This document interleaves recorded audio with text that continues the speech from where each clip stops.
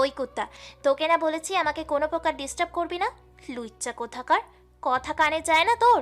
কতবার বলবো তোকে আমাকে বিরক্ত করবি না? আমি ওর কথা শুনে অনেক কষ্ট পেলাম। এতদিন যাই করুক কিন্তু এতটা বলেনি। আমি তোমাকে বিরক্ত করি তাই না? হ্যাঁ, আর কোনো দিন আমার সামনে আসবি না। হাসলে আমার মরা বুক দেখবি তুই। ঘৃণা করি আমি তোকে। এবার আমার খারাপ লাগতে শুরু করলো। ঠিক আছে, তোমাকে আর কখনো বিরক্ত করবো না, কিন্তু একদিন না একদিন তোমার ভুল অবশ্যই ভাঙবে এবং আমি ভাঙাবো। তোর মতো লুইচের সাথে আমার কখনো কথা বলার ইচ্ছে হবে না। এই মুহূর্তে পুলিশের গোয়েন্দা বিভাগের মহাপরিচালক জাভেদ খান নতুন গোয়েন্দা অফিসারদের সাথে বৈঠক করছেন। এই অফিসারদের মধ্যে সবাই গত 2 দিন আগে 1 বছরের ট্রেনিং এর বীরত্বের সহিত উত্তীর্ণ হয়েছে। তাদেরকে বিভিন্ন জায়গায় পোস্টিং দেওয়া হচ্ছে। এক এক করে সবাই মহাপরিচালকের কক্ষ ত্যাগ করছে, শুধুমাত্র 3 জন ব্যতীত। চলুন দেখা যাক মহাপরিচালক এদেরকে কি বলেন। তোমরা তিনজন আমার সবথেকে কাছের এবং প্রিয় শিষ্য। তোমাদের তিনজনকে স্পেশাল ব্রাঞ্চে নিয়োগ করা হয়েছে। তোমরা তিনজন কালকেই চিটাগাংয়ে চলে যাবে। Yes sir. তোমরা চিটাগাংয়ের বর্ডারের কাছাকাছি রূপনগর থানায় কাজ করবে। যেহেতু ওটা তোমাদের তিনজনই এলাকা, তাই তোমরা নিজেদের বাসা থেকেই কাজ করবে। কিন্তু সাবধান, তোমরা যে গোয়েন্দা পুলিশ, এ কথা যেন সাধারণ মানুষ না বুঝতে পারে। পরিস্থিতি অনুযায়ী নিজেদের পরিচয় দিবে। Yes sir. তোমাদের কাজ হলো বর্ডার এলাকায় মাদক, চোরাচালান, ধর্ষণ, খুন ইত্যাদি সন্ত্রাসীদের খুঁজে বের করা, তাদেরকে আইনের আওতায় এনে শাস্তি প্রদান করা। তবে যদি পরিস্থিতি ভয়াবহ হয়, তোমরা তাদেরকে ইনকাউন্টারে শেষ করে দিবে। এটা তোমাদের স্পেশাল পাওয়ার দেওয়া হলো। ইয়েস স্যার, আমরা আমাদের দায়িত্ব সততা এবং আদর্শের সহিত পালন করব। তোমাদের উপর সেই বিশ্বাস আমার আছে। তোমরা কালকে রওনা হও। তোমার পোস্টিং লেটারে তারিখ দেওয়া আছে, ওই অনুযায়ী জয়েন করবে কাজে। দোয়া করবেন স্যার। All the best. অতঃপর ওরা 3জন বেরিয়ে গেল মহাপরিচালকের রুম থেকে। নিজেরা নিজেদের রুমে গিয়ে সবকিছু গুছিয়ে নিয়ে রেডি হলো। ওরা সিদ্ধান্ত নিয়েছে আজকে চিটাগাং রওনা হবে, বাসায় কয়েকদিন ঘুরে তারপর কাজে যোগ দেবে। অনেক বকবক হলো ওদের সম্বন্ধে। চলুন এবার ওদের পরিচয় দেই। ওদের 3জনের মধ্যে সিনিয়র অফিসার হলো রেদওয়ান, মানে আমি। বাকি 2জন হলো রেদওয়ানের ধুর কি রেদওয়ান রেদওয়ান বলছি, মানে আমার সব থেকে কাছের 2 বন্ধু রুহুল এবং হোসাইন। ওরা 2জন ইন্সপেক্টর আর আমি গোয়েন্দা বিভাগের পুলিশ সুপার। আমাদের 3জনের বাড়ি রূপনগরে, একসাথেই বড় হয়েছি, লেখাপড়াও করছি। ভাগ্যক্রমে 3জনে একসাথে পুলিশের চাকরি পাই। আমার বাবা একজন বিজনেসম্যান, আমার মা গৃহিণী। পরিবারে আরো সদস্য আছে, আমার ভাইয়া আর ভাবি। আমার সব আত্মীয়রাই রূপনগরেই থাকে। শুধু আমার পরিবার ঢাকা থাকতো বাবা আর ভাইয়ের বিজনেসের কারণে। এখন ঢাকায় সব বিক্রি করে দিয়ে রূপনগরে একটা কোম্পানি তৈরি করছে। যাই হোক, বাকি সব আস্তে আস্তে জানতে পারবেন। এখন বর্তমানে ফিরে আসি। কতদিন পর গ্রামে ফিরতেছি, কি যে আনন্দ হচ্ছে। ঠিক বলছিস তুই। দীর্ঘ 1 বছর পর পরিবারের সবার সাথে দেখা হবে, কতই না আনন্দ হবে বলো। আরে ভাই, আমার রিমার সাথেও দেখা হবে কতদিন পর। আচ্ছা, পরিবারের লোকদের কাছে কি আমাদের চাকরির কথা বলে দিব? না, এখনো সে সময় আসেনি। সময় আসলে আমি বলে দেব। বাড়ির সবাই জানে আমরা কোনো কোম্পানিতে জব করি। ওকে। এরপর 3জনে বেরিয়ে পড়লাম কমলাপুর রেলওয়ে স্টেশনের দিকে। ট্রেনে করেই রূপনগর যাব। স্টেশনে এসে টিকিট কেটে অপেক্ষা করতে লাগলাম। রাত 8টায় ট্রেন। এখন বাজে 7টা 15 মিনিট। প্ল্যাটফর্মে বসে 3জনে গল্প করতেছি বাসায়, কিন্তু কাউকেই জানেনি যে আমরা বাসায় আসতেছি। তাদেরকে সারপ্রাইজ দেবো বলে অপেক্ষার পালা শেষ করে ট্রেনে উঠে পড়লাম। যথাসময়ে ট্রেন রূপনগরের উদ্দেশ্যে যাত্রা শুরু করলো। দীর্ঘ ভ্রমণের পর সকাল 10টায় রূপনগরে পৌঁছলাম। গ্রামে নামার পর 3 বন্ধু 3জনেই বাড়ির দিকে রওনা দিলাম। আমি আমার বাড়ির মেইন গেটের দরজায় কাছে গিয়ে ভাবতেছি বেল দেবো নাকি আম্মুকে ডাকবো। চিন্তা ভাবনা করে বেল বাজালাম। কিছুক্ষণ পর দরজা খুলে গেল। আমি দরজা আড়ালে লুকিয়ে পড়লাম। দেখলাম যে আম্মু এসেছে। দরজা খুলতেই আম্মু কাউকে না দেখে পেছনে ফিরে চলে যাওয়ার সময় আমি পেছন থেকে গিয়ে চোখ ঢেকে ধরলাম। আম্মু বলতেছে, কে আমার চোখ ঢেকে ধরলো? চুপ করে আছি, কোনো কথা বলছি না। আম্মু কিছুক্ষণ ভেবে বলল, হাত দুটো তো আমার খোকার হাতের মতো। বাসায় আমার ডাক নাম। এই হচ্ছে মা জাতি। সন্তানের কোনো কিছুই তার অজানা থাকে না। আমি আম্মুর চোখ ছেড়ে দিয়ে সামনে দাঁড়িয়ে পড়লাম। আম্মু আমাকে দেখে অবাক হয়ে গেছে। খোকা তুই? কেমন সারপ্রাইজ দিলাম। তাই বলে ফোনে না জানিয়ে হুট করে কেউ এভাবে চমকে দেয়? এবার বলো তুমি কেমন আছো। 1 বছর পর এসে বলা হচ্ছে আমি কেমন আছি? কোনো কথা নেই তোর সাথে।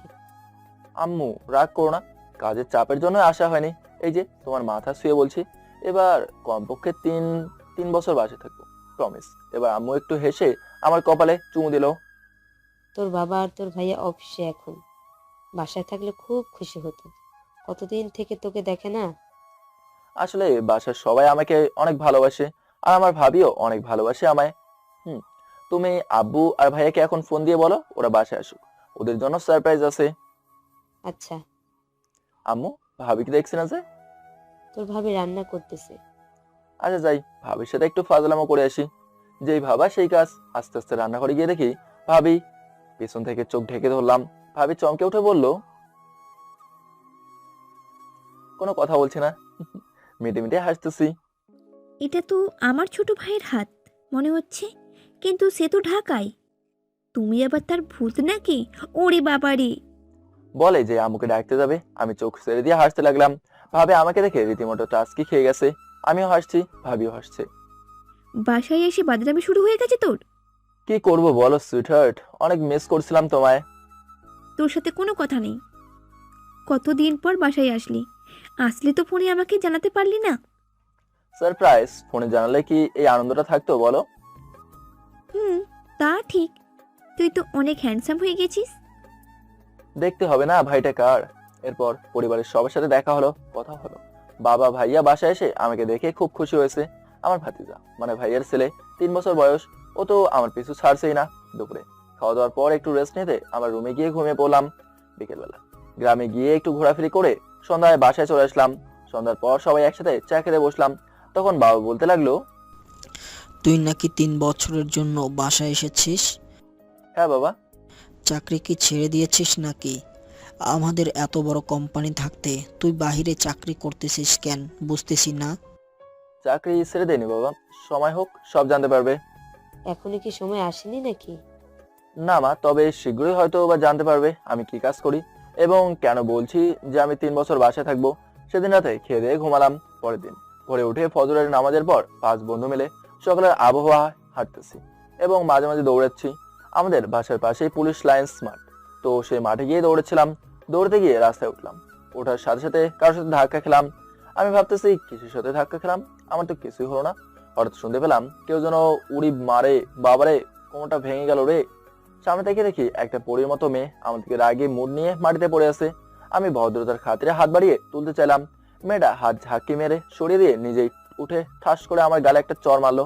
কি হাতের জোর রে ভাই, দেখতে তো খুব সুন্দর, এত রাগি কেন? শয়তান পোলা, চোখে দেখিস না, ধাক্কা দিলি কেন? সরি, আমি তো ইচ্ছে করে ধাক্কা দেইনি, না দেখেই এমন হয়েছে। ফালতুরা তো এইভাবেই বলবে। ততক্ষণে আমার বন্ধুরা আমার কাছাকাছি চলে এসেছে। গ্রামের বন্ধু দুটা একটু দূরেই দাঁড়িয়ে। রুহুল ও হুসাইন এসে দেখলো মেয়েটা আমাকে বকছে। এই যে ম্যাম, আপনি কার সাথে খারাপ আচরণ করছেন জানেন? ইনি হচ্ছেন এই। বলার আগে আমি থামিয়ে দিলাম, কেন আমাদের পরিচয় প্রকাশ করা যাবে না। উনি মনে হচ্ছে কোনো রাজকুমার, ঝগড়াটে একটা। এত রাগ কেন তোমার কিউট পরি? মুখ ফসকে বলেই ফেললাম। ওই, আমি কেমনে দেখতে সেটা তোকে বলে দিতে বলেছি? এভাবে রেগে যেও না গো, তোমাকে আরো বেশি কিউট লাগে। কতবার ক্রাশ খাবো তোমায় দেখে বলো। ফালতু পোলা, সামনে থেকে সরবি। আচ্ছা কিউট পরি, ঝগড়া তো অনেক করলা, নামটা কি গো তোমার? আমার সাথে এভাবে কথা বলা, কোনো ছেলে আমাদিকে তাকাবার সাহস পায় না। আর তুই আমার সাথে ফাইজলামও করিস?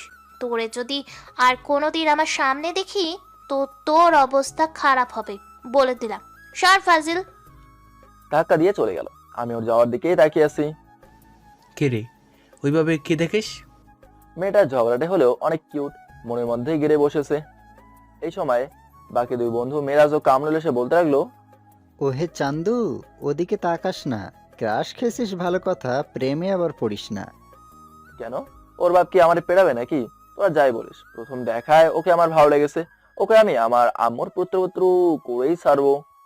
ভাই, ভুলেও এই কথা বলিস না। ওই মেয়েটা সেই ভয়ানক। কেন? ও কি বাঘ নাকি ভাল্লুক? উনি এই থানার নতুন ওসি, খুব ভয়ঙ্কর, অনেক রাগী। নাম উম্মেহানি রাবিনা। রীতিমতো টাস্কি খেয়ে গেলাম। মেয়েটা ওসি হয়েছে তো কি হয়েছে, তোরা মিলিয়ে নিস, ও আমারই বউ হবে। এবারটা নিজেও জেলে যাবে, আমাদের সাথে নেবে। মনে মনে হাসতেছি। আমাকে জেলে নেওয়া কারোর ক্ষমতা নেই। দেখা যাক কি হয়। আজ থেকে ওর পেছনে লাগবো। এখন চল বাসায় যাই। বাসায় গিয়ে নাস্তা করে একটু স্যারের সাথে কথা বলে রেস্ট নিতেই শুয়ে পড়লাম। চোখের সামনে শুধু রুবিনার ছবিটাই ভাসতে লাগলো। মনে মনে তখনকার ঝগড়ার কথা মনে পড়ে হাসতে লাগলাম। এমন সময় ভাবি রুমে ঢুকে, কি দিয়ে বলছি, একা একা হাসছো কেন? কিছু হয়েছে নাকি? আরে না ভাবি, এমনিতেই। তা কোন মেয়েটার প্রেমে পড়লে গো? কোন মেয়ের প্রেমে পড়বো আবার বলো তো? মানুষ প্রেমে পড়লেই তো এরকম ভাবে, একা একা হাসে। বলো না মেয়েটি কে? মেয়েটা হচ্ছে আমাদের ওই থানার নতুন ওসি।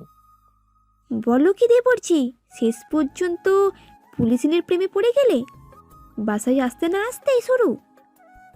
ভাবি, সিনেমায় দেখেছি নায়ক নায়িকার ধাক্কা লাগলে প্রেম হয়। আমার ক্ষেত্রেও তাই হলো, প্রথম দেখায় ভালোবেসে ফেলেছি। আচ্ছা, তুই কি শফিক আঙ্কেলের মেয়ে রাবিনার কথা বলছিস? কার মেয়ে জানি না, কিন্তু ওসির নাম হচ্ছে উম্মেহানি রাবিনা। আরে ও তো শফিক আঙ্কেলের মেয়ে, নতুন জয়েন করেছে এই থানায়, পরিবার নিয়েই থাকে পাশে। কোন শফিক আঙ্কেল ভাবি? বাবার ছোটবেলার বন্ধু। ও, এখন চিনতে পেরেছি। এবার আমার হিরোইনের সাথে দেখা করার সুযোগ পেয়েছি, তবে কয়েকদিন তাকে জ্বালিয়ে নেই। তবে যা করবি ভেবেচিন্তে, পাখি কিন্তু ফসকে যেতেও পারে। তবে রাবিনা রাগী হলেও মনটা অনেক ভালো। দেখা যাক কি হয়। এরপর থেকে সকাল বিকাল রাবিনাকে ফলো করতে শুরু করলাম। একদিন রাবিনা ওর বাসার সামনের মাঠের পাশে একটা মেয়ে সহ হাঁটতেছে। মেয়েটার বয়স 11 কি 12 বছর হবে। আমি সেখানে গিয়ে, কে রাবিনা ম্যাম, কেমন আছো? ওই তুই তুই আমার নাম জানলি কি করে? তুমি এই থানার ওসি, নাম জানতে কতক্ষণ বলো। এখন বলো কেমন আছো? আমি কেমনে আছি নাই তা জেনে তুই কি করবি? আরে সুইট হার্ট, এত রাগ করো কেন? তোমার ভালো মন্দ তো এখন থেকে আমায় দেখতে হবে নাকি? ওই, কে তোর সুইটহার্ট রে? মুখ সেলাই করে দেবো। এভাবে রাগলে তোমার অনেক কিউট লাগে, বারবার প্রেমে পড়ে যাই। তোর প্রেম ছোটাচ্ছি আমি, দাঁড়া। ওর সাথে থাকা মেয়েটা শুধু হাসতেছে। মেয়েটাকে বললাম, তুমি কে, হাসতেছো কেন? আপনি যার সাথে ঝগড়া করতে চান সে আমার আন্টি হয়। ও মামনি, তোমার নাম কি? আমার নাম রিয়ানা। বাহ, খুব সুন্দর নাম তো। আমি কিন্তু তোমার আঙ্কেল হই, তোমার আন্টির হবু বর আমি। ওই, কি কইলি তুই? দাঁড়া, আজ তোর একদিন কি আমার একদিন। রাবিনা খুব রেগে গেছে। আমি সেখান থেকে জলদি কেটে পড়লাম। প্রতিদিন ওর সাথে কথা বলার চেষ্টা করতাম, সব সময় ঝগড়া লেগেই থাকতো। কিন্তু একদিন ঘটে গেল বিপত্তি। আমি সেদিন রাবিনের সাথে কথা বলতেছিলাম, রাবিনা আমার সাথে হেসে হেসে কথা বলতেছিল। সেদিন আমি মনে করেছি হয়তোবা সে আর ঝগড়া করবে না আমার সাথে, কিন্তু কিছুক্ষণ পর কয়েকজন পুলিশ এসে আমার সাথে খারাপ আচরণ করতে লাগলো।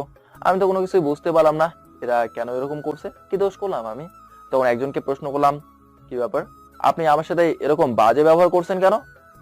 তুই যখন মেয়েদের সাথে বাজে আচরণ করতিস তখন মনে থাকতো না? আমি কার সাথে বাজে আচরণ করছি? ম্যাডামের সাথে। রাবিনের দেখে আঙুল দেখিয়ে বলল, আমি তো টাস্কি খেয়ে গেলাম। তখন বুঝতে পারলাম যে ওর আমার সাথে হেসে হেসে কথা বলার কারণটা কি। তখন রাবিনা পুলিশকে বলল, ওকে নিয়ে যাও, প্রতিদিন বিরক্ত করে আমাকে। আর যেন কোনো মেয়েকে বিরক্ত না করে সেই ব্যবস্থা করো, যাও। পুলিশ আমার হাতে হাত করা পড়াতে আসলে, দাঁড়ান, আমি কোনো চোর বা সন্ত্রাসী নই যে হাত করা পড়াবেন। আর মিস ওসি, আমি তোমাকে অনেক ভালোবাসি, তাই তোমার বকুনি খাওয়ার পরও তোমার সাথে দেখা করতে, তোমার সাথে কথা বলতে ছুটে আসতাম। আর তুমি আজ যেটা করলে ঠিক করলে না। তোমার পুলিশ আমাকে গার্ডে পড়ার আগেই আমি থানা থেকে বেরোবো। তোমাকে একটা কথা দিচ্ছি, বিয়ে যদি আমি করি তোমাকেই করব, কারণ আমি শুধু তোমাকেই ভালোবাসি। দেখা যাবে।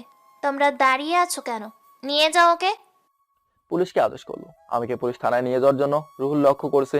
সে স্পেশাল ব্রাঞ্চের মহাপরিচালক স্যারকে ফোন দিয়ে সব জানিয়েছে। আমাকে থানায় নেওয়ার সাথে সাথেই জেলা পুলিশের এসআই থানায় হাজির। ওনাকে থানায় নিয়ে এসেছেন কেন? স্যার, উনি ওসি, ম্যামকে বিরক্ত করছেন তাই। কাউকে ভালোবাসলে কোন অপরাধে নয়, ওনাকে সসম্মানে নামিয়ে দিয়ে এসো। কিন্তু স্যার। কথা কানে যায়নি কি বলছি? ওনাকে গ্রেপ্তার করার আগে আমার পারমিশন নেবে, তারপর যাও ওনাকে নামিয়ে দিয়ে এসো। আমি এসপির দিকে তাকিয়ে মুচকে হাসি দিয়ে পুলিশের সাথে চলে আসলাম। পুলিশেরা ভাবে চাকা খেয়ে গেছে, আমাকে ছেড়ে দিতে এসপি কেন আসলো। ওদিকে আমাকে থানায় পাঠিয়ে দিয়ে যখন রাবিনা বাসায় যায়, তখন রাবিনার ভাগ্নি রিয়ানা ওর দিকে প্রশ্ন ছুড়ে দেয়, খালামণি, তুমি যে কাজটা করলে সেটা কি ঠিক করছো? কোন কাজ ঠিক করিনি আমি? রেদওয়ান আঙ্কেলকে পুলিশের হাতে তুলে দিয়ে কি ভুল করনি? তুই কি করে জানলি? প্রাইভেট থেকে আসার সময় আমি সব দেখেছি। কাজটা তুমি মোটেও ঠিক করনি আন্টি। আমি যা করছি ঠিক করেছি। ও আমাকে বিরক্ত করে কেন? আঙ্কেল তোমাকে বিরক্ত কখনোই করে না, তোমাকে ভালোবাসে, তাই তোমার কাছে ছুটে আসতো। কাউকে ভালোবাসা তো কোনো অপরাধ নয়, তাই না? রিয়ানার কথা শুনে রাবিনা কিছুটা চিন্তিত হয়ে পড়ল। আমি আঙ্কেলকে বলে দেব যেন তোমায় ভুলে যায়। রাবিনাকে ভয় দেখালো। রিয়ানা রুম থেকে চলে যাওয়ার পর রাবিনা ভাবতে থাকলো সে কি ভুল করলো নাকি ঠিক। ভাবতে ভাবতে সে পুলিশকে ফোন দিয়ে জানতে পারলো এসপি স্যার এসে ওকে ছাড়িয়ে নিয়ে চলে গেছে। রাবিনা যেন হাঁপ ছেড়ে বাঁচলো। সে মনে মনে ঠিক করলো রেদওয়ানের সাথে দেখা হলে সরি বলবে। এদিকে আমি বাসায় এসে খেয়ে দিয়ে দিলাম এক ঘুম। ঘুম থেকে উঠে নামাজ পড়ে ভাবতে লাগলাম রাবিনাকে নিজের করে পেতে হলে প্ল্যান বি কাজে লাগাতে হবে। মানে হলো ওকে একটু অবহেলা করব, ওকে এড়িয়ে চলবো, দেখি কি হয়। বিকেলবেলা বন্ধুদের সাথে কিছুক্ষণ আড্ডা দিয়ে রাবিনাদের বাসায় যাওয়ার জন্য পা বাড়ালাম। বাসায় পৌঁছে বেল বাজালাম। রিয়ানা এসে দরজা খুলে দিয়ে দেখে যে আমি দাঁড়িয়ে আছি। আঙ্কেল আপনি কেমন আছেন? ভালো আছি মামুনি, তুমি কেমন আছো? ভালো আছি, ভিতরে আসুন। তোমার আন্টি কেমন আছে? আপনি এত কিছুর পরেও আন্টিকে ভুলতে পারেননি? এত কিছু মানে? আপনাকে যে আন্টি পুলিশে দিয়েছে সেটা আমি জানি আঙ্কেল। ও, যাকে মন থেকে ভালোবাসি তাকে কি করে বলবো বলো। এরপর রিয়ানাকে আমি আমার প্ল্যান বললাম। All the best uncle. ভিতরে যাওয়ার পর রিয়ানাকে বললাম তোমার নানু নানি কই, ডাক দাও তো। তবে তোমার আন্টিকে বলো না যে আমি এসেছি। আমি সোফায় বসে বললাম। রিয়ানা আন্টিকে ডাকতে গেল, মানে রাবিনার আম্মুকে। আন্টি এসে আমাকে দেখে, আরে রেদওয়ান বাবাজি, কেমন আছো? জি আন্টি ভালো, আপনি কেমন আছেন? আমি ভালো আছি। তা এতদিন পর আন্টিকে মনে পড়লো বুঝি? আরে না আন্টি, আপনি তো জানেন আমি বাসায় থাকি না, ঢাকায় থাকি। তা এবার কয়দিন থাকবা বাসায়? 3-4 বছর থাকবো। রিয়ানা, তোমার আন্টিকে ডেকে নিয়ে আসো, ছেলেটার সাথে পরিচয় হয়নি। রিয়ানা আমার দিকে তাকিয়ে আমি ইশারায় যেতে বললাম। রিয়ানা গিয়ে রাবিনাকে ডেকে নিয়ে আসলো। রাবিনা তো আমাকে দেখে চমকে উঠছে। আন্টি বলল, রাবিনা, এ তোর আশাদ আঙ্কেলের ছেলে। রেদওয়ান, এ আমার ছোট মেয়ে রাবিনা, সদ্য এই থানায় ওসি হিসেবে জয়েন করেছে। রাবিনা যেন আরো চমকে উঠলো। অতঃপর আন্টির সাথে কিছুক্ষণ কথা বলে চলে আসছিলাম। গেটে রাবিনা দাঁড়িয়ে আমার সাথে কথা বলার চেষ্টা করেও পারলো না। আমি এড়িয়ে চলে আসলাম। এভাবেই 2 দিন চলে গেল। আমি আমার কাজে যোগ দিলাম। 3 বন্ধু কাজের কিছু তদন্ত করার জন্য বাসায় বেরোনোর কথা বলে বাইরে চলে আসলাম। প্ল্যান ছিল 7 দিন থাকবো। যথারীতি বাসা থেকে বের হলাম। 7 দিন থাকতাম না, কিন্তু রাবিনাকে শাস্তি দেওয়ার জন্য 7 দিন থাকার প্ল্যান। রিয়ানাকে ফোন দিয়ে সব বললাম। গন্তব্যে পৌঁছে রূপনগর থানার শেষ সীমানায় একটা হোস্টেল থাকার বন্দোবস্ত করলাম। হোস্টেলটা মোটামুটি বড়। জানতে পেরেছি কিছু ফ্যামিলি এখানে বাসা ভাড়া নিয়ে থাকে। তাই হোস্টেলে পৌঁছে ফ্রেশ হয়ে হোটেল থেকে কিছু নিয়ে নামতেছিলাম কিছু খাওয়ার জন্য। 3 তলা থেকে সিঁড়ি দিয়ে নামতেছি, হঠাৎ একটা মেয়ের সাথে ধাক্কা খেলাম। মেয়েটা পড়ে যাচ্ছিল, তাই ওর হাত ধরে টেনে নিলাম যেন না পড়ে যায়। মেয়েটা আমার দিকে ড্যাব ড্যাব করে তাকিয়েই আছে। কিছুক্ষণ পর মেয়েটাই সরি বলে উঠলো। আমার নাম সোহানা, পাশেই বাসা। আমার বান্ধবীর সাথে দেখা করতে আসছি, অজান্তে ধাক্কা লেগে গেছে, কিছু মনে করবেন না। আমি ইটস ওকে বলে নিচে চলে আসলাম। ওদিকে সোহানা মনে মনে ভাবছে, ছেলেটাকে দেখে আমার এমন মনে হচ্ছে কেন? মনে হচ্ছে ও আমার কতদিনের চেনা। মনের মধ্যে একটা অজানা অনুভূতি কাজ করছে। ওই ছেলেটাকে আমার জয় করতেই হবে। সোহানা ওর বান্ধবীর কাছে চলে গেল। আমি হোটেলে কিছু উপরে চলে গেলাম রেস্ট নিতে। আমি যাওয়ার পর রুহুল ও হোসেন খেতে চলে গেল। সন্ধ্যাবেলা তদন্ত করতে চলে গেলাম। রাত 10টায় ফিরে এসে ঘুমালাম। পরের দিন সকালে ঘুম থেকে উঠে ফ্রেশ হয়ে বারান্দায় দাঁড়িয়ে আছি। একটা মেয়ে এলো পরিচিত হতে। হ্যালো, আমি সুমনা, এই হোস্টেলের 4 তলায় থাকি। আপনি কে? রেদওয়ান, 7 দিনের অতিথি এই হোটেলের। কিছু কথা জিজ্ঞেস করতে পারি কি? বলেন, কি বলবেন? আপনি কি প্রেম করেন? এই মেয়ের এরকম প্রশ্নে অবাক না হয়ে পারলাম না। আপনি আমাকে কতদিন ধরে চেনেন? আজকে থেকেই। কেন? কয়েক মিনিটের পরিচয়ে আপনি আমার পার্সোনাল কথা জিজ্ঞেস করে ফেলছেন কেন, জানতে পারি? আসলে আমার খালাতো বোন সোহানা আপনাকে নাকি প্রথম দেখায় পছন্দ করে ফেলেছে, তাই আপনাকে জিজ্ঞেস করতে বলেছে। এইবার বুঝলাম কাহিনী কি। এই মেয়ের বোন এটা তাহলে। ও, তাহলে শুনুন, আমি বিবাহিত। ওকে, বিশ্বাস হচ্ছে না ভাইয়া? তাহলে তো আমার কিছু করার নেই। Okay bye. সুমনের সাথে কথা শেষ করে বাইরে থেকে নাস্তা করে আসলাম। এরপর তদন্ত করতে গেলাম। এভাবেই 3 দিন চলে গেল। 4র্থ দিন বিকালবেলা রুমে শুয়ে আছি, এমন সময় রিয়ানা ফোন দিল। আসসালামু আলাইকুম আঙ্কেল। ওয়ালাইকুম আসসালাম, কেমন আছো মামুনি? আমি ভালো আছি, কিন্তু আন্টি ভালো নেই। কেন, কি হয়েছে রাবিনার? আপনার সাথে কয়েকদিন থেকে বলতে চাই। কিন্তু দেখা তো হচ্ছে না, তাই টেনশন করে। আর রাতে বিছানায় শুয়ে শুয়ে কাঁদে, খাবারও ঠিক মতো খায় না। এবার মজা বোস ওসি, আমাকে পুলিশে দেওয়া, একটু কষ্ট তো পেতেই হবে, আমাকেও তো কষ্ট দিছস। ওহ, তুমি কিছু বলনি তো আবার? না আঙ্কেল, কিচ্ছু বলিনি, তবে আন্টিকে এই অবস্থায় দেখতে আমারও কষ্ট লাগে। আঙ্কেল, আন্টির সাথে প্লিজ কথা বলেন। আর 3টা দিন অপেক্ষা করতে হবে, এরপর ওর সাথে দেখা হচ্ছে। তোমার নানু কি কিছু বুঝতে পেরেছে নাকি? না, তবে বারবার জিজ্ঞাসা করছিল যে কি হয়েছে, কিন্তু আসল কথা বলা হয়নি। খুব ভালো করেছো। রিয়ানার সাথে কথা শেষ করে সন্ধ্যাবেলা ডিউটিতে গেলাম। আজকের পর থেকে তদন্তে সহায়তা করার জন্য স্পেশাল ব্রাঞ্চের কয়েকজন কনস্টেবলকে রূপনগরে নিয়ে এসেছি। তাদের টিম লিডার হলো এসআই রাব্বি। কাজ শেষ করে রাব্বিকে ফোন দিলাম। রাব্বি, কাজ কতদূর হলো? স্যার, আমাকে যে কাজ বলেছেন তা শেষ করেছি। স্যার, আপনার ধারণাই ঠিক স্যার।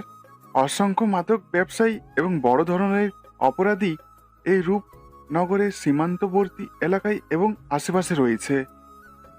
Good job. তোমরা তাদের কার্যকলাপের উপর সব সময় নজর রাখবে। ধীরে ধীরে এক এক করে এই অপরাধীদের শেষ করতে হবে। Yes sir. এভাবেই 7 দিন কেটে গেল। 7 দিনে সকল অপরাধী ও তাদের গ্যাংয়ের বিষয়ে সকল তথ্য বের করা হয়েছে। এখন তাদেরকে এক এক করে শেষ করলেই এই রূপনগর সন্ত্রাস এবং মাদক মুক্ত হবে। 7 দিন পর আজ নিজ এলাকায় যাচ্ছি। তবে এই 7 দিনে রাবিনাকে অনেক মিস করছি। আজ ওকে যেভাবেই হোক দেখতে যাবই। সময়ত বাসায় পৌঁছে সবার সাথে কথা বলে ফ্রেশ হয়ে খেয়ে রাবিনাদের বাসার সামনের মাঠে চলে গেলাম। উদ্দেশ্য হলো রাবিনা বিকেলবেলা রাবিনা বাসায় থাকে, তাই মাঠের পাশে গাছের নিচে বসে রাবিনাদের বাসার দিকে তাকিয়ে আছি, কিন্তু জান পাখিটারে দেখতে পারতেছি না। তবে কি আমার প্রিয়তমাকে দেখতে পাবো না? অবশেষে রিয়ানাকে ফোন দিয়ে জানতে পারলাম রাবিনা বাসায় নেই। বসা থেকে উঠে দাঁড়িয়ে যেয়ে না বাসার দিকে ঘুরছি, তখনই কেউ এসে আমাকে শক্ত করে জড়িয়ে ধরলো। এমন ভাবে জড়িয়ে ধরেছে যেন আমি তার কাছ থেকে হারিয়ে যাব। আমি তাকে দেখলাম যে আমাকে জড়িয়ে ধরেছে সে আমার জান পাখি রাবিনা। জড়িয়ে ধরে কান্না করতেছে আর বলছে, কুত্তা বিলাই হনুমান, এতদিন পর কোথা থেকে আসলা? জানো এই 7টা দিন কত কষ্ট করে কাটিয়েছি। বারবার তোমার বাসায় গিয়ে খোঁজ নিতাম, কিন্তু পাইনি। আমায় ছেড়ে কোথায় গিয়েছিলে বলো? তুমি তো আমাকে সহ্য করতে পারো না, তাই তো দূরে চলে গেছি, যেন তোমাকে আর বিরক্ত না করি। আমি বললেই চলে যাবা নাকি? জানো এই 7টা দিন তোমার পাগলামোগুলো অনেক মিস করতাম। সব সময় আমার ভাবনাতে আসতে তুমি। কখন যে তোমায় ভালোবেসে ফেলেছি নিজেও জানি না। 7টা দিন আমার কাছে 7 বছর মনে হয়েছিল। কেন আর পুলিশে দেবে না আমায়? প্লিজ ক্ষমা করে দাও আমায়। তোমার ভালোবাসা না বুঝে এমনটা করেছি। প্লিজ ক্ষমা করে দাও আমায়। আমি রাবিনাকে আমার বুক থেকে উঠিয়ে ওর দিকে তাকিয়ে দেখি এই কয়েকদিনে অনেক শুকিয়ে গেছে। নিজের শরীরেরও কি অবস্থা যেন করেছে। কি করব, তোমার জন্যই তো এমন করেছি। তুমি কেন আমাকে কষ্ট দিলা? ও, তুমি একাই কষ্ট পেয়েছো, আমি পাইনি বুঝি? ওরে আমার বাবুটা, তাই নাকি? দেখছেন নি কারবারটা? এখন বিয়ে করলে কয়েকদিন পর বাচ্চার বাবা হমু, আর আমাকে কইতেছ বাবু। রাবিনা আমার বুকে মাথা রেখে বলল, এই সারা জীবন আমাকে ভালোবাসবে তো, নাকি আমাকে ভুলে যাবা? তুমি আমার প্রথম এবং শেষ ভালোবাসা। তোমাকে আমি সেদিন ছেড়ে যাব যেদিন আমার মরণ। বাকিটা আর বলতে পারলাম না। তার আগেই মেজৌসি আমার ঠোঁট দিয়ে তার ঠোঁট বন্ধ করে দিয়েছে। পুরো 5 মিনিট পর ছাড়লো। দুজনে হাঁপাতে লাগলাম। কিছুক্ষণ পর সন্ধ্যা হয়ে গেছে, চলো বাসায় যাই, আর ঠিক মতো খাবার খাওয়া। ওকে, চলো আমাদের বাসায় যাই। পরে বাসায় যেও। না, কিছু কাজ আছে আমার, কালকে যাব। চলো তোমায় এগিয়ে দিয়ে আসি। রাবিনাকে এগিয়ে দিয়ে বাসা থেকে চলে গেলাম। বাসায় যাওয়ার পথে একটা পুরনো গোডাউনে তাকিয়ে যা দেখলাম তাতে আমার মাথায় রাগ দাও দাও করে উঠলো। দেখতে পেলাম আমাদের পাশের এলাকার এবং আমাদের এলাকার কিছু নেতা টাইপের লোক কয়েকটা ছেলেসহ গোডাউনের ভেতর মাদক রাখতেছে, ফেন্সিডিল, গাঁজা, ইয়াবা এসব। আমার তো সেই লেভেলের রাগ উঠছে। আমার এলাকায় এসব ব্যবসা চলছে। ওদের মধ্যে একজনকে আমি চিনি, আমাদের এলাকার মেম্বার, কিন্তু উনি যে অপরাধের সাথে জড়িত আমার ভাবতেও অবাক লাগতেছে। আমি রুহুল ও হোসেনকে ফোন দিয়ে আসতে বললাম। ওরা দুজন আসার পর, রুহুল গোডাউনের দিকে লক্ষ্য কর। দেখছি। এসব কি হচ্ছে এলাকায়? সেটা তো দেখাই যাচ্ছে। এখানে যারা আছে তাদের ফলো করে লিস্ট তৈরি কর। ওকে। এরপর ওদের লিস্ট তৈরি করে বাসায় চলে গেলাম। রাতের খাবার খেয়ে ঘুমিয়ে পড়লাম। পরদিন সকালবেলা ফজরের নামাজের পর হাঁটতে বের হলাম। রাস্তায় রাবিনার সাথে দেখা পেলাম। কেমন আছো? ভালো, তুমি কেমন আছো? অনেক ভালো। চলো সামনে যেতে যেতে কথা বলি। কিছুক্ষণ হেঁটে রাবিনের সাথে কথা বলে বাসায় চলে আসলাম। সকালের খাবার খেয়ে বাইক নিয়ে বের হলাম ডিউটিতে। কাজ শেষ করে থানার সামনে গিয়ে বাসায় আসার সময় ভাবলাম রাবিনের সাথে দেখা করে যাই। যেই ভাবা সেই কাজ।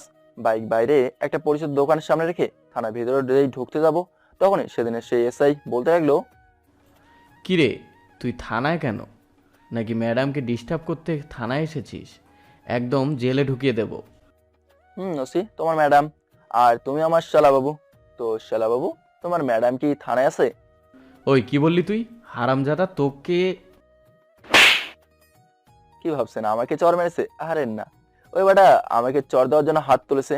আমি হাতটা ধরে ঠাস করে মেরে দিলাম একটা। চরের শব্দে রাবিনা বেরিয়ে এলো। এসে দেখে এসআই গালে হাত দিয়ে আছে। কি হয়েছে রেদওয়ান? ওনাকে মারলে কেন? তোমার সাথে দেখা করতে থানায় এসেছি, কিন্তু এ বেটা বলেছে তোমাকে আমি বিরক্ত করে আসছি, গায়ে হাত দিতে আসছিল, তাই মেরে দিয়েছি। মিজান সাহেব, পরবর্তীতে আমার সাথে দেখা করতে আসলে ওকে আটকাবেন না। ও আমার বর। আমি তো রীতিমতো টাস্কি খেয়ে গেলাম। বিয়ে না হতেই বলছে আমি ওর বর। মিজানের দিকে তাকে দেখলাম, ও একদম অবাক হয়ে গেছে। কথাটা কি কানে গেছে? Yes ma'am. আসো তুমি। অতঃপর রাবিনের সাথে কিছু সময় কাটিয়ে একসাথে বাসার দিকে রওনা হলাম। দেখতে দেখতে 3 মাস চলে গেল। এই 3 মাসে আমার আর পুলিশের প্রেম দুরন্ত গতিতে এগিয়ে গেছে। খুব সুখে আছে দুজনে। তবে একটা কথা আছে, বেশি সুখ নাকি সবার কপালে সয় না। আমাদের দুজনের ক্ষেত্রেও তাই হয়েছে। রাবিনা একটা মেয়েকে সহ আমাকে 2 দিন রেস্টুরেন্টে ফলো করে সন্দেহ করা শুরু করে দিয়েছে। সব সময় মেজাজ দেখিয়ে কথা বলে। চলুন কোন মেয়ের সাথে আমাকে কিভাবে দেখেছে একটু জেনে নেই। ফ্ল্যাশব্যাক। আমি আমার কাজের জন্য পুরোনায় সীমান্তবর্তী এলাকায় কয়েকদিনের জন্য চলে যাই। রাবিনাকে এবং বাসায় বলেছি যে অন্য একটা কাজে বাইরে যাইতেছি। আমার কাজে সহায়তা করার জন্য স্পেশাল ব্রাঞ্চের যে টিমকে এই জেলায় নিয়ে এসেছি, তাদের মধ্যে 4 জন মেয়ে রয়েছে। পুরো টিমে 14 জন সদস্য। তো একদিন তদন্তের রিপোর্ট দেওয়ার জন্য ওই মেয়েদের একজন ফোন করে আমায়। তাদের নামগুলো হলো রুমা, শ্রেয়া, স্নেহা এবং মিতু। ফোন দিয়েছিল শ্রেয়া। Hello sir. হ্যাঁ, কে বলছো? স্যার, আমি শ্রেয়া বলছি। কিছু গুরুত্বপূর্ণ কথা ছিল আপনার সাথে। তাহলে এক কাজ করো, রূপসী বাংলা রেস্টুরেন্টে চলে আসো, ওখানে দেখা হবে। Okay sir. আমি সময় মতো রূপসী বাংলায় চলে গেলাম। ওখানে গিয়ে শ্রেয়ার সাথে কথা বলা ও কফি খাওয়ার সময় রাবিনা আমাকে দেখে ফেলে। এতেই ওর মনে সন্দেহ হয়। আমি রাবিনাকে দেখতে পেয়ে ওর সাথে কথা বলার জন্য ওর কাছে যাই, কিন্তু ও আমার সাথে কথা না শুনেই ঠাস করে একটা থাপ্পড় দিয়ে চলে যায়। এদিকে শ্রেয়া তো এই কাণ্ড দেখে অবাক। স্যার, উনি কে? আর আপনাকে এভাবে? ও হচ্ছে রাবিনা, রূপনগর থানার ওসি, আমার প্রেমিকা। ও সরি স্যার, আমাকে আপনার সাথে দেখে হয়তো এভাবে রাগ করে চলে গেল। বাদ দাও এসব, ওর সাথে পরে কথা বলে নেব।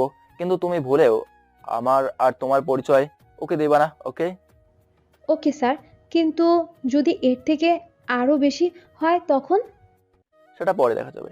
এখন তোমাকে যা কিছু বলেছি তাই করো। Okay bye. এখন আপনারা ভাবতে পারেন আমি তো সীমান্তবর্তী এলাকায় এসেছি, তাহলে রাবিনা সেখানকার রেস্টুরেন্টে আমাকে কিভাবে দেখলো? চলুন আমিই বলে দিচ্ছি। আসলে রাবিনার এক খালামণির বাসা এখানে, যেটা আমি পরে জেনেছিলাম। তো রাবিনা কয়েকদিনের ছুটি পেয়েছে, তাই ওর খালার বাসায় বেড়াতে এসেছে। রাবিনা তার খালাতো বোনের সাথে বেড়াতে এসে রেস্টুরেন্টে নাস্তা খেতে এসেছিল, সেখানেই আমাকে দেখে ফেলে। আর এরপর কি হলো তা তো দেখলেনি। চলুন বর্তমানে ফিরে আসি। রেস্টুরেন্ট থেকে ফিরে এসে রাবিনাকে কয়েকবার ফোন দিলাম, কিন্তু ও ফোন রিসিভ করছে না। কিছুক্ষণ পর ফোন বন্ধ করেই রাখলো। আমার তো টেনশন হতে লাগলো, না পারছি সইতে, না পারছি ওকে আমি আসল পরিচয়টাই দিতে। এদিকে রাবিনার খালার বাসায় ফিরে এসে রুমের দরজা বন্ধ করে দিয়ে কাঁদতে শুরু করলো। হে কি করলাম আমি? কি করে পারলাম আমি ওকে আঘাত করতে? কিন্তু ওই মেয়েটা কে, যার সাথে রেদওয়ান বসে কফি খাচ্ছিল? ওর কোনো প্রেমিক না তো? না, আর ভাবতে পারছি না। ওর বন্ধুও তো হতে পারে, কিন্তু ওর বন্ধু হলে তো সে আমাকে বলতো। এত বড় লুইচ্চা রেদওয়ান, যাকে এত ভালোবাসলাম, সেই আমাকে ধোকা দিল। এভাবে কাঁদতে কাঁদতে রাবিনা ঘুমিয়ে পড়ল। বিকেলে রাবিনার খালাতো বোনের ডাক শুনে ঘুম থেকে উঠে দরজা খুলে দিল। রাবিনার চেহারা দিকে তাকিয়ে সীমা, রাবিনার খালাতো বোন, প্রশ্ন ছুড়ে দিল। এই কি আপু, বাইরে থেকে এসে দরজা বন্ধ করে শুয়ে পড়লে? আর তোমার চোখ এত লাল আর ফোলা কেন? আপু, তুমি কেঁদেছো তাই না? আরে না, এমনি ফুলে গেছে। আপু, সত্যি করে বলি কি হয়েছে তোমার? এবার রাবিনা আর থাকতে পারল না, সীমাকে জড়িয়ে ধরে কাঁদতে কাঁদতে বলতে লাগলো। আমি মনে হয় রেদওয়ানকে হারিয়ে ফেললাম। খুব ভালোবেসেছিলাম ওকে, আর ও আমাকে এভাবে ঠকাবে বুঝিনি। কি করে ভাইয়া? তারপর রাবিনা সব খুলে বলল। সব শুনে সীমা বলল, আপু, তোমার হয়তো কোনো ভুল হচ্ছে, হতে পারে মেয়েটি ভাইয়ার কোনো পুরনো বন্ধু, আর তুমি না জেনে তাকে চড় মেরেছো। ভাইয়াকে জিজ্ঞেস তো করতে পারতে। আমি কিছু ভাবতে পারছি না। চলো এখন খাবে, ভাইয়ের সাথে পরে কথা বলিও। এদিকে আমি রাতেও রাবিনার সাথে কথা বলার চেষ্টা করে ব্যর্থ হয়ে ঘুমিয়ে পড়লাম।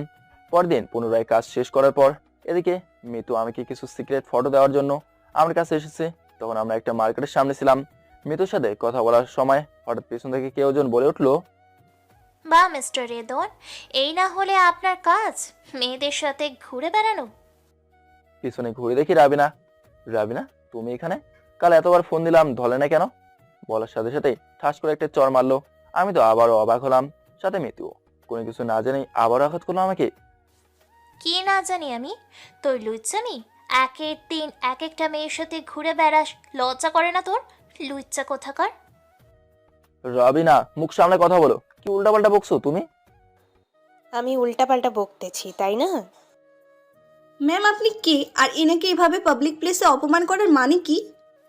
ন্যাকামি না করে তোমার এনাকে জিজ্ঞেস করো আমি কে। এই বলে রাবিনা কাঁদতে কাঁদতে চলে গেল। আবারও আমি বাস খেয়ে গেলাম। যদি আগেই বলতাম আমি গোয়েন্দা বিভাগের অফিসার, তাহলে হয়তো এত কিছু হতো না। কিন্তু এখনো সে সময় আসেনি। স্যার, কে উনি? আপনাকে এভাবে অপমান করে চলে গেল? সেসব পরে জানতে পারবে, এখন চলে যাও। Okay sir. আমিও চলে আসলাম হোস্টেলে। কয়েকদিন কাজ করতে হলো ওখানে। মোটামুটি সব অপরাধীদের বিরুদ্ধে সমস্ত প্রমাণ রেডি। এখন সময় মতো অপারেশন চালাতে হবে। এই কয়েকদিন রাবিনাকে অনেক ফোন দিয়েছি, কিন্তু সে ফোন রিসিভ করেনি। অতঃপর কাজ শেষ করে বাসায় চলে আসলাম। বাবা মায়ের সাথে দেখা করে কথা বলে রুমে আসার পর ভাবি এসে বলল, রেদওয়ান, তোর আর রাবিনার মাঝে কি কিছু হয়েছে? এই রে কেলো করছে। ভাবি কি কিছু জেনে গেছে নাকি? কই কিছু হয়নি তো, কেন? রাবিনার সাথে দুদিন আগে কথা হয়েছিল, রাবিনার সাথে দুদিন আগে দেখা হয়েছিল। আগে তো দেখা হতে কথা বলতো, কিন্তু সেদিন কোনো কথাই বলল না। আমি কথা বলতে গিয়েছিলাম, কিন্তু অনেক কথা বলল তোর নামে। কি বলেছে? বলেছে তুই নাকি বিভিন্ন মেয়েদের সাথে ঘোরাফেরা করিস, রাবিনার প্রেম নিয়ে খেলা করছিস। হ্যাঁ, রাবিনা ঠিকই কইছে। ভুল আমারও আছে, আর ওর আছে মিসার সন্দেহ, তাই এমনটা হয়েছে। আমি জানি আমার ভাই কখনো এমন কাজ করতে পারবে না, কিন্তু তোদের মাঝে হয়েছেটা কি? শুনতেই যখন চাইতেছো তাহলে শোনো। এরপর ভাবিকে সব খুলে বললাম কি কি হয়েছে। শুধু আমার চাকরির কথা ব্যতীত। ভাবি সবকিছু শোনার পর, ও এই ব্যাপার, কিন্তু মেয়ে দুটো কে আমাকে বল। ঠিক আছে বলবো, কিন্তু একটা শর্ত আছে। কি শর্ত? তোমাকে ওয়াদা করতে হবে আমি তোমাকে যা বলবো আমি না বলা পর্যন্ত সে সকল কথা যেন কেউ জানতে না পারে। ঠিক আছে, প্রমিস করলাম। ভাবি, তোমরা সবাই জানো আমি ঢাকায় কোনো কোম্পানিতে চাকরি করতাম। চাকরির ব্যস্ততার কারণে 1 বছর বাসায় আসিনি।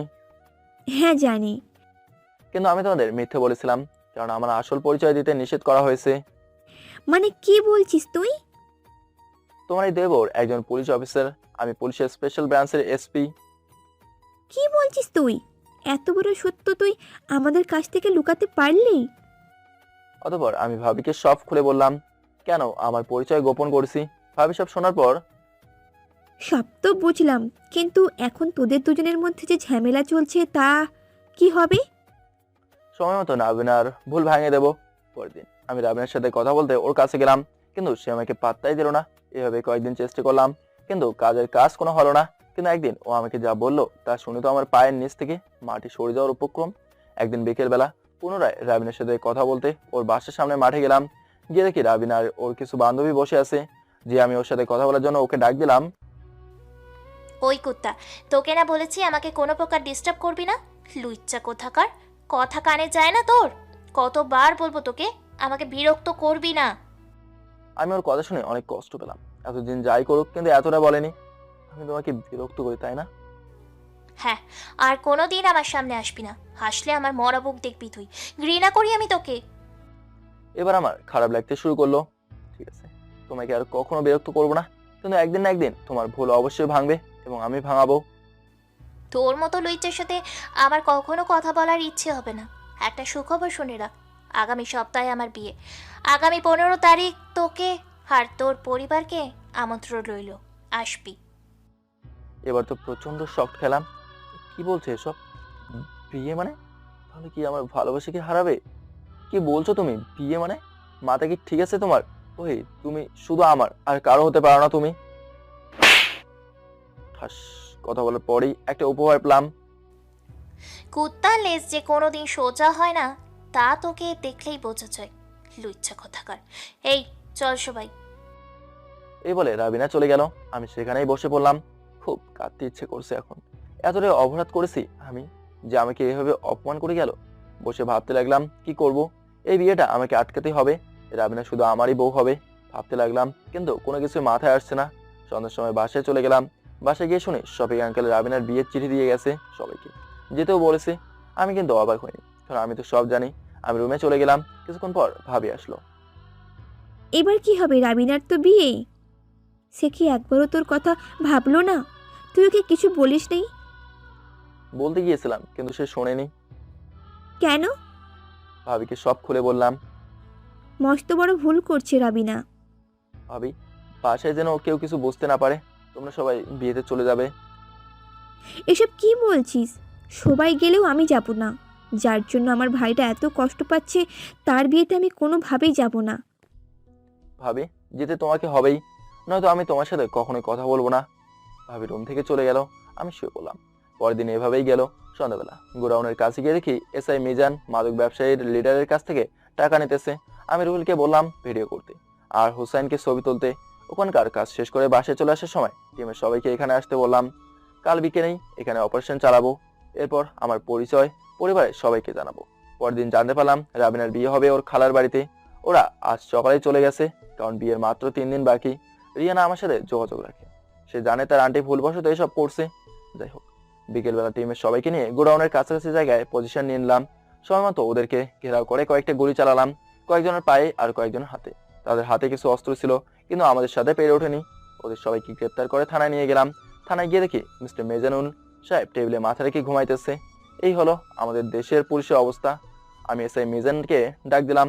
SI Mizan, SI Mizan. এই কে ডাকে রে? আমার ঘুম ভাঙার জন্য কে এটা? থানা কি ঘুমের জায়গা মিস্টার মিজান? মিজান এবার টেবিল থেকে মাথা তুলে উপরে তাকালো। আমাকে দেখে, ও তুমি? তা থানায় কি চাও? আর এদেরকে এভাবে জখম করে নিয়ে এসেছো কেন? এরা হচ্ছে মাদক ব্যবসায়ী, যুব সমাজের ধ্বংসের হাতিয়ার। তাই এদেরকে এভাবে উত্তম মধ্যম দিয়ে থানায় নিয়ে এসেছি। এদেরকে লকআপে ভরে দিয়ে কাল আদালতে চালান করে দেবেন। ওই, তোর কি মাথা খারাপ হয়েছে? এরা সমাজের গণ্যমান্য ব্যক্তি, এদের নামে করতে আসছো? আমি কিছু বুঝি না। এদের জায়গায় তোকে লকআপে ভরে রাখবো। একজন পুলিশ অফিসার হয়ে আরেকজন সিনিয়র অফিসারের সাথে কিরকম আচরণ করতে হয় সেটাও শেখেননি মনে হয়। তুই আমাকে থাপ্পড় দিয়ে নীতিবাক্য শোনাচ্ছিস? এই, এদেরকে লকআপে ঢুকিয়ে দে। লকআপে আমরা নই, লকআপে যাবি তুই আর এই অপরাধীরা। আমি আমার কার্ড বের করে দেখালাম। এসপি রেদওয়ান, স্পেশাল ব্রাঞ্চ, আর আমার সাথে যারা রয়েছে সবাই এসবি অফিসার্স। মিজান সহ সকলে স্যালুট দিতেছে। স্যার, আমার ভুল হয়ে গেছে, এবারের মতো মাফ করে দিন। তোর মতো বেঈমান অফিসারকে ক্ষমা করা যায় না। তুই ঘুষ খেয়ে মাদক ব্যবসায়ীদের সাথে হাত মিলিয়ে যুব সমাজকে ধ্বংস করতে চেয়েছিলি। আইনের পোশাক গায়ে দিয়ে বেআইনি কাজ করার অপরাধে এসআই মিজান আপনাকে বরখাস্ত করা হলো। এই এদের সবাইকে লকআপে ঢুকে দাও, সাথে মিজানকেও। আর বিকেলে এদেরকে কোর্টে চালান করে দেবে। থানার কাজ শেষ করে বাসায় চলে আসলাম। শুয়ে শুয়ে ভাবতেছি কিভাবে রাবিনার বিবাহ বন্ধ করা যায়, কিন্তু কোনো ক্লু বের করতে পারছি না। তবে কি রাবিনাকে হারিয়ে ফেলবো আমি? ভাবতে লাগলাম আমাদের একসাথে কাটানোর সময়গুলো। ভাবতে ভাবতে চোখ দিয়ে দুফোঁটা পানি পড়িয়ে পড়লো। এভাবেই 2 দিন চলে গেল। আজ রাবিনার বিবাহ হবে। বাসা থেকে সবাইকে বিয়ের বাড়িতে যাইতে বললাম। আমি যাব না, বাবা মা অনেক জোরাজুরি করছে, কিন্তু আমি তো যাব না। ওরা চলে গেল সবাই। আমি ভাবতে লাগলাম কোনোভাবেই কি রাবিনা আমাকে বুঝতে চেষ্টা করলো না? জেদের বসে রাগের মাথায় ভুল কাজ করছে। আমি কি কোনোভাবেই ওর বিয়ে আটকাতে পারবো না? এই চিন্তার মাঝে একটা ফোন এসে রাবিনার বিয়ে ভাঙার উপায় বের করে দিল। ফোনটা ছিল মিতুর। হ্যালো, স্যার একটা ভালো খবর আছে। কি খবর? স্যার রাবিনা ম্যামের সাথে যে ছেলেটার বিয়ে সে একজন পালাতক ক্রিমিনাল, মাদক ও ধর্ষণ মামলার আসামি নূর হোসেনের সাথে বিবাহ, যাকে আমরা হন্যয়ে খুঁজে অবশেষে তার ঠিকানা বের করেছি। খুব ভালো খবর, গুড জব মিতু। তৈরি হও, আজকের অপারেশনের জন্য আমি আসতেছি। Yes sir. রুহুল ও হোসেনকে নিয়ে বের হলাম। উদ্দেশ্য রাবিনার খালার বাসা। রওনা হলাম। চলুন যেতে যেতে নূর হোসেনের কাহিনীটা একটু বলে দিই। নূর হোসেন একজন মাদক ব্যবসায়ী। মাদকের ব্যবসা করার সময় একটি মেয়ের সাথে ঝামেলা হওয়ার মেয়েটি নূর হোসেনের নামে থানায় মামলা করে। পরে নূর হোসেন মেয়েটিকে রেপ করে হত্যা করে। সমস্ত প্রমাণ পেশ করার পর নূর হোসেনকে ফাঁসির আদেশ দেওয়ার পর থেকে নূর হোসেন পলাতক। অনেক খুঁজেও তার কোনো খোঁজ বের করা যায়নি। অবশেষে আজ তার খবর পাওয়া গেল। দেখো, আমার জন্য ভালোই হলো। এক ঢিলে দুই পাখি মারা যাবে। রাবিনার বিয়েটাও ভাঙবে আর নূর হোসেনকে গ্রেপ্তার করাও হবে। আর আজ আমার পরিবার ও রাবিনা জানতে পারবে আমার আসল পরিচয়। চলুন এখন বর্তমানে ফিরে আসি। রাবিনার খালার বাসা এলাকায় পৌঁছালাম বিকেলবেলা। টিমের সব সদস্যকে পজিশন নিতে বললাম। বরযাত্রী আসলেই অপারেশন শুরু হবে। সবাই নিজ নিজ ভাবে বাসার আশপাশে ঘুরতে লাগলাম। সন্ধ্যাবেলা বরযাত্রী আসলো। ভালো বুদ্ধি বের করেছে নূর। রাতে বিয়ে নিয়েছে যেন পুলিশ তাকে চিনতে না পারে। কিছুক্ষণ পর বিয়ের কার্যক্রম শুরু হবে। আমরা চারদিক থেকে বিয়ে বাড়ি ঘেরাও করলাম। 2 ভ্যান পুলিশ সদস্যদের ও নেওয়া হয়েছে সাথে। বিয়ের কার্যক্রম শুরু হওয়ার মুহূর্তে আমরা কয়েকজন ভেতরে প্রবেশ করলাম। গিয়ে দেখি বর আর কনেকে আলাদাভাবে বসানো হয়েছে। কাজী সাহেব বিয়ে রেজিস্টার করার সময় নাম জিজ্ঞেস করতেই বরের নাম বলেন। ওরা নাম বলার আগেই বরের নাম কুনি নূর হোসেন, মাদক ব্যবসায়ী। এই কথা বলার পরেই উপস্থিত সকলে আমাদের দিকে তাইকে অবাক হয়ে গেছে। আমার মা, বাবা, ভাইয়া, ভাবি, রাবিনার পরিবারের সবাই অবাক হয়ে গেছে। রাবিনার বাবা, রেদওয়ান, তুমি? আর এসব কি হচ্ছে? এরা কারা? সব জানতে পারবেন। তার আগে আপনার হবু জামাতার পরিচয় নিন। নূরকে টিমের সদস্যরা গুলি তাক করে হাত করা পরিয়ে রেখেছে। মানে ওর আবার কি পরিচয়? আপনার জামাতা মিস্টার নূর হোসেন একজন ফাঁসির রায়ের পলাতক আসামি, মাদক ব্যবসায়ী এবং একটি মেয়েকে ধর্ষণ ও হত্যা করার কারণে আদালত তাকে ফাঁসির রায় দিয়েছে। তখন থেকে সে পলাতক। অনেক খোঁজার পর তাকে খুঁজে পেলাম একজন ওসির বিবাহের আসরে। এসব কি বলছো তুমি? তুই এইসব কি বলছিস? তুই এত কিছু জানলি কি করে? আমি কিছু বলার আগে রাবিনার বান্ধবী ফারা বলতে লাগলো, আঙ্কেল, এসব রেদওয়ানের কারসাজি মনে হচ্ছে। ও রাবিনাকে ভালোবাসে, রাবিনাও বাসত, কিন্তু সে রাবিনাকে ধোঁকা দিয়ে আরেক মেয়ের সাথে সম্পর্ক রাখে। রাবিনা জানতে পেরে বিবাহ করতে রাজি হয়, আর এ বিবাহ ভাঙতে এখানে এসেছে। চুপ করো তুমি। আমার ভাই এতটা খারাপ না, বুঝেছো? রাবিনাই সত্য ঘটনা না জেনে ওকে ভুল বুঝেছে।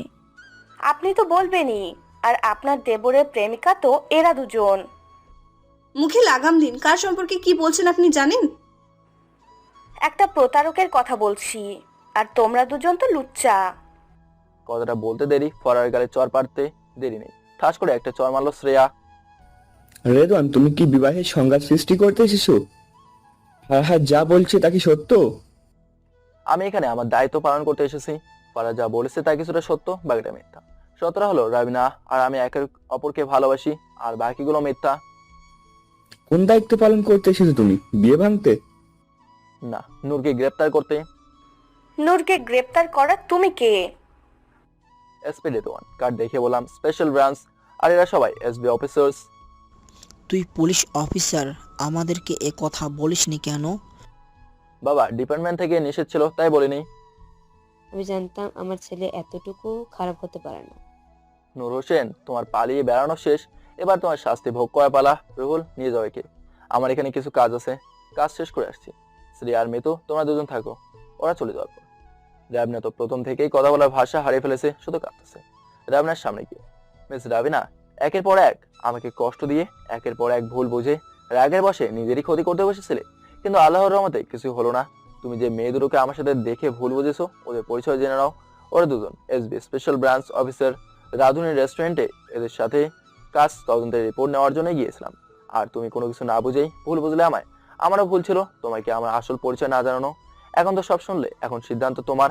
আমাকে কষ্ট দিয়েছো, এবার তোমাকে একটু ভোগ করতে হবে।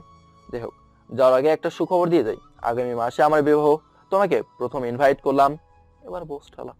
বলার পরপরই রাবিনা যেন আরো বেশি অবাক হয়ে গেছে, ঠবাস করে পড়ে গেল মাটিতে, অজ্ঞান হয়ে গেছে। সবাইকে তুলে রুমে নিয়ে গেল।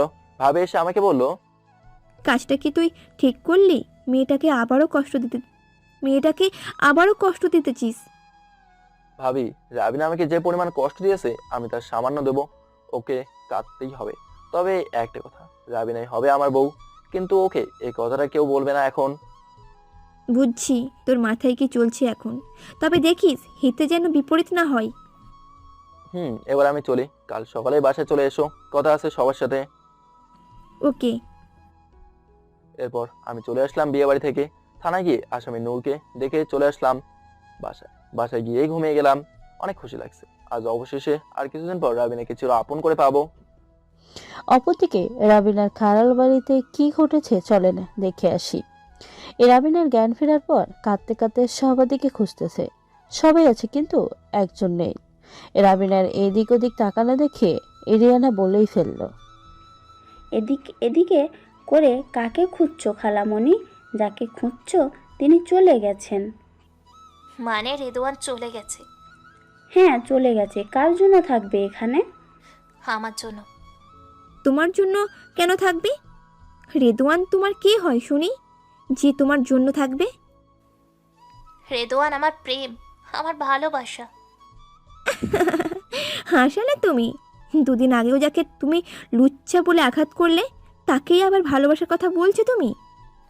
আমার ভুল হয়ে গেছে, বড় ভুল হয়ে গেছে। রাগের মাথায় সব কিছু ভুল করেছি। এই জন্য তোমাকে বলেছিলাম যা করবা ভেবে চিন্তে করবা। আমি জানতাম আঙ্কেল এমন কোনো ধরনের কাজ করতেই পারে না। তোমরা আমার রেদওয়ানকে এনে দাও প্লিজ, ওকে ছাড়া আমি বাঁচবো না। এখন এসব বলে লাভ কি? রেদওয়ান তো বিয়ের সিদ্ধান্ত নিয়েই নিয়েছে, হয়তো বিয়েটা হবেই। কখনোই না। আমাকে ছাড়া অন্য কোনো মেয়েকে বিয়ে করার কথা ভাবলে নিজেকে শেষ করে দিব আমি কালকেই বাড়ি যাব। সেই রাতে আর কোনো কথা হয়নি, সবাই ঘুমিয়ে গেল। পরদিন সবাই সবার বাসায় চলে গেল। আমি সকালবেলা ঘুম থেকে উঠে নামাজ পড়ে কিছুক্ষণ বাইরে থেকে হেঁটে এসে ডিউটিতে চলে গেলাম। আজ একটা ছোট অপারেশন আছে। অফিস থেকে টিমের সবাইকে নিয়ে অপারেশন শেষ করে বাসায় আসলাম। বাসায় এসে খাওয়া দাওয়ার পর বাবা মাকে বললাম, মা, বাবা, তোমাদের সাথে কিছু কথা ছিল। বলে ফেল, কি বলবি? ভাবি, তুমিই বলো। বাবা, রেদওয়ান বিয়ে করতে চাইছে যত শীঘ্রই সম্ভব। সে তো ঠিক আছে, কিন্তু রাবিনা ছাড়া কাউকে বিয়ে করতে পারবি না। মেয়েটাকে আমি আগে থেকেই পছন্দ করি। হয়তো রাগের মাথায় ভুল কিছু করেছে, তাতে তোরও কিছু দোষ ছিল। তোর মা ঠিক কথাই বলেছে রেদওয়ান। বিয়ে তো আমি রাবিনাকেই করব, কিন্তু এই কথা রাবিনা যেন জানতে না পারে। তোমরা আঙ্কেল আন্টিকে এখনই ডাকো, ওদেরকে সব কথা বলো। বিয়ে হবে আজ থেকে 7 দিন পর। এত তাড়াতাড়ি? হ্যাঁ মা। ওকে, সব ব্যবস্থা করছি তাহলে। এরপর আঙ্কেল আন্টিকে ডেকে সব বুঝিয়ে বলা হলো। তারা রাজি হয়ে গেল। শুরু হয়ে গেল বিয়ে তোড়জোড়। পরদিন সকালবেলা আমি মাঠের ধারে দাঁড়িয়ে প্রকৃতির অপরূপ সৌন্দর্য দেখছি। ঠিক তখনই কেউ একজন পেছন থেকে আমাকে জড়িয়ে ধরলো। আমি বুঝতে পারলাম এটা রাবিনা ছাড়া আর কেউ না। রাবিনা কাঁদতে কাঁদতে বলতে লাগলো, প্লিজ আমাকে ক্ষমা করে দাও, না বুঝে রাগের মাথায় তোমার সাথে অনেক খারাপ আচরণ করেছি। প্লিজ আমাকে ছেড়ে যেও না, বাঁচতে পারবো না তোমাকে ছাড়া জান। ওকে পেছন থেকে টেনে সামনে এনে হাসালে তুমি। আমি তো একটা লুচ্চা, তো লুচ্চাকে সারা কেন বাঁচতে পারবে না মিস ওসি ম্যাডাম? প্লিজ ভুল হয়ে গেছে আমার, যা শাস্তি দিতে চাও দিও, কিন্তু আমার কাছ থেকে দূরে যেও না। আমাকে জড়ি ধরে কাঁদতে কাঁদতে বলতেছে, ইচ্ছা করছে পাগলিটারে জড়ি ধরে, কিন্তু এখন না, 7 দিন পর। পাগল হয়েছেন আপনি? আগামী রবিবার আমার বিয়ে, আর আপনি এসেছেন ফাজলামো করতে। চলে যান এখান থেকে, নয়তো আমি চলে যাচ্ছি। ভুলেও আমাকে ডিস্টার্ব করার চেষ্টা করবেন না বলে বাসার দিকে হাঁটা ধরলাম। এদিকে রাবিনা কাঁদতে কাঁদতে মাটিতে বসে বারবার বলতে লাগলো, জিও না রেদওয়ান, মরে যাবো তোমায় ছাড়া, প্লিজ আমায় ছেড়ে জিও না। আমার চোখ দিয়েও পানি পড়ছে।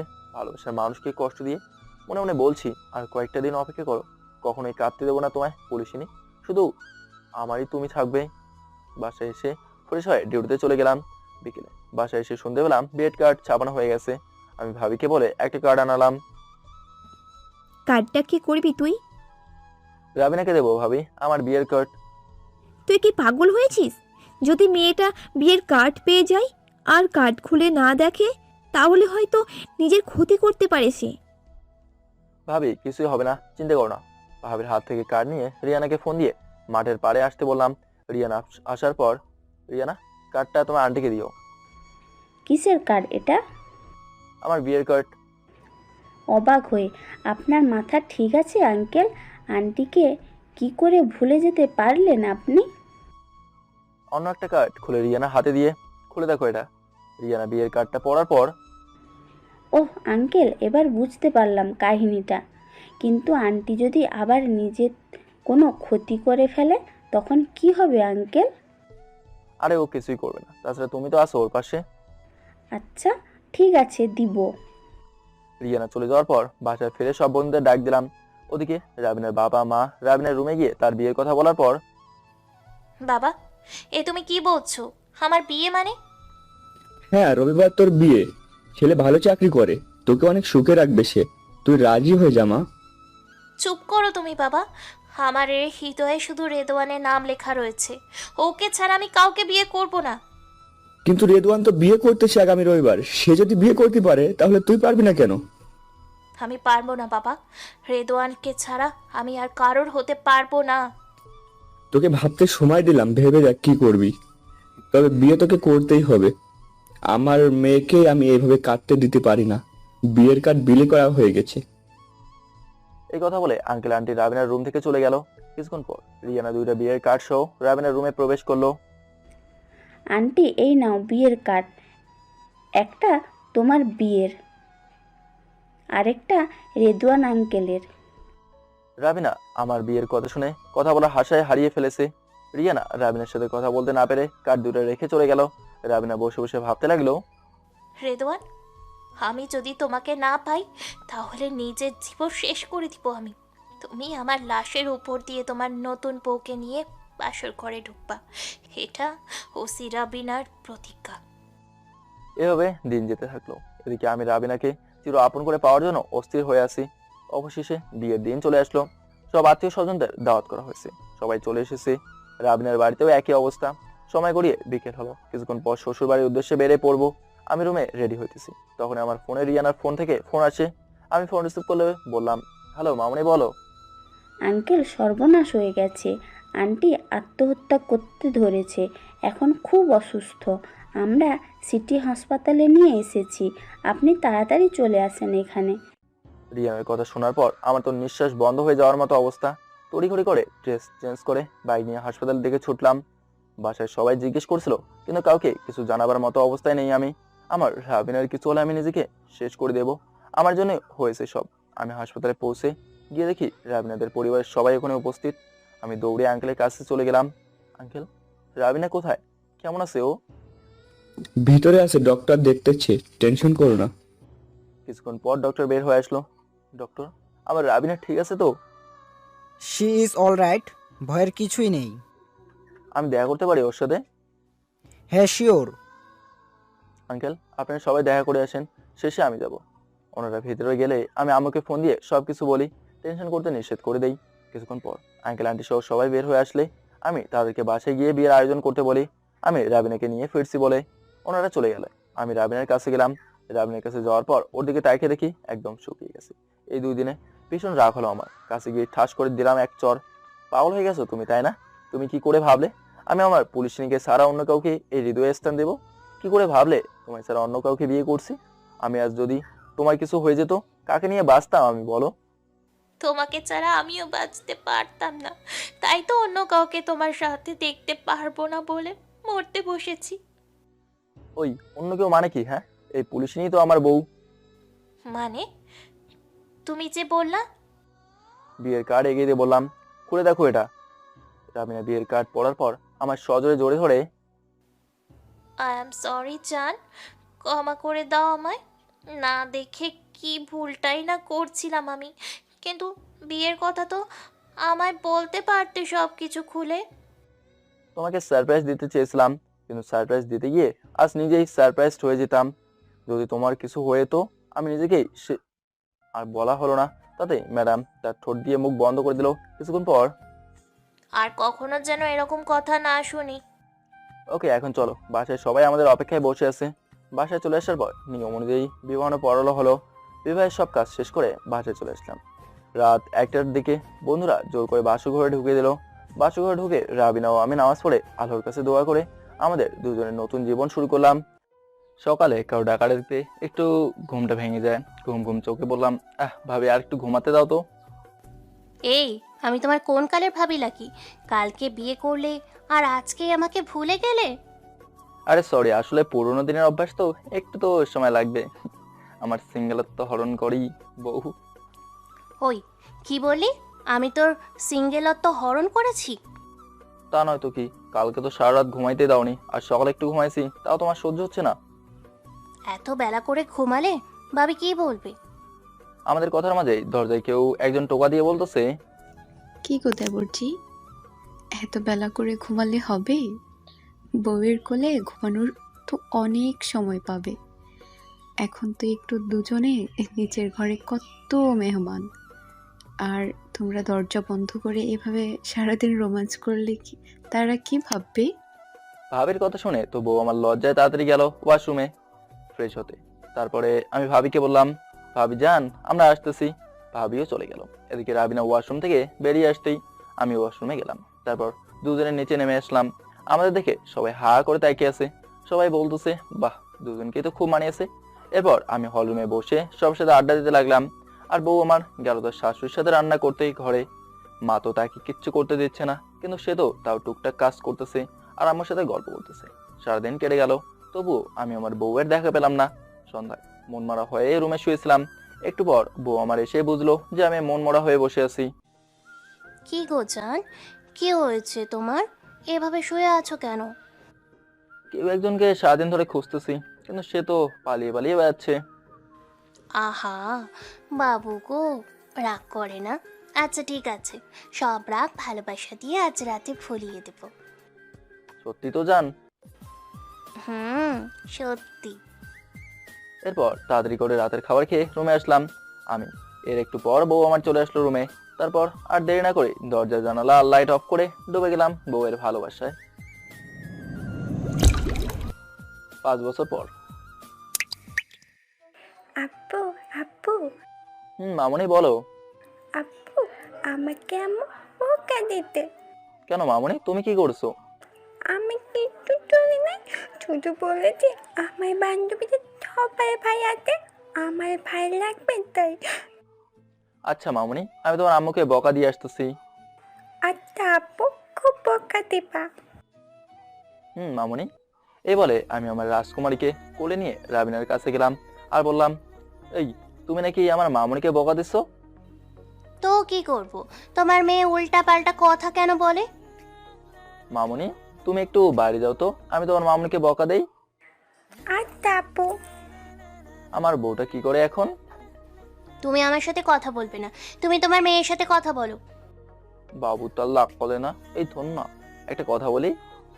কি বলবে বলে তাড়াতাড়ি রান্নাঘর থেকে যাও। বলছিলাম যে মৌ তো ভাই চাচ্ছে, তো রাতে কি মৌয়ের ভাই আনার মিশন করবো? কই, কি বললা? একটাকেই সামলাতে পারি না, আর তুমি? যাও, বের হও। আচ্ছা যাচ্ছি। তারপর সারাদিন বউ আর আমার সাথে কথা বলেনি। রাতে বউয়ের রাগ ভাঙালাম বাবু তোতা বলে বলে। হয়েছে, আর পাম মারতে হবে না, তোমার মতলব বুঝি না মনে হয়। চলো না মৌয়ের ভাইকে আনি। আচ্ছা, এত করে যখন বলতেছো, তখন কি আমি না করতে পারি? এরপর শুরু হলো সেকেন্ড বেবি আনার মিশন। এই আপনারা কি করতেছেন এখনো? জান, গল্প শেষ। আমি এখন আমার বউয়ের সাথে রোম্যান্স করবো।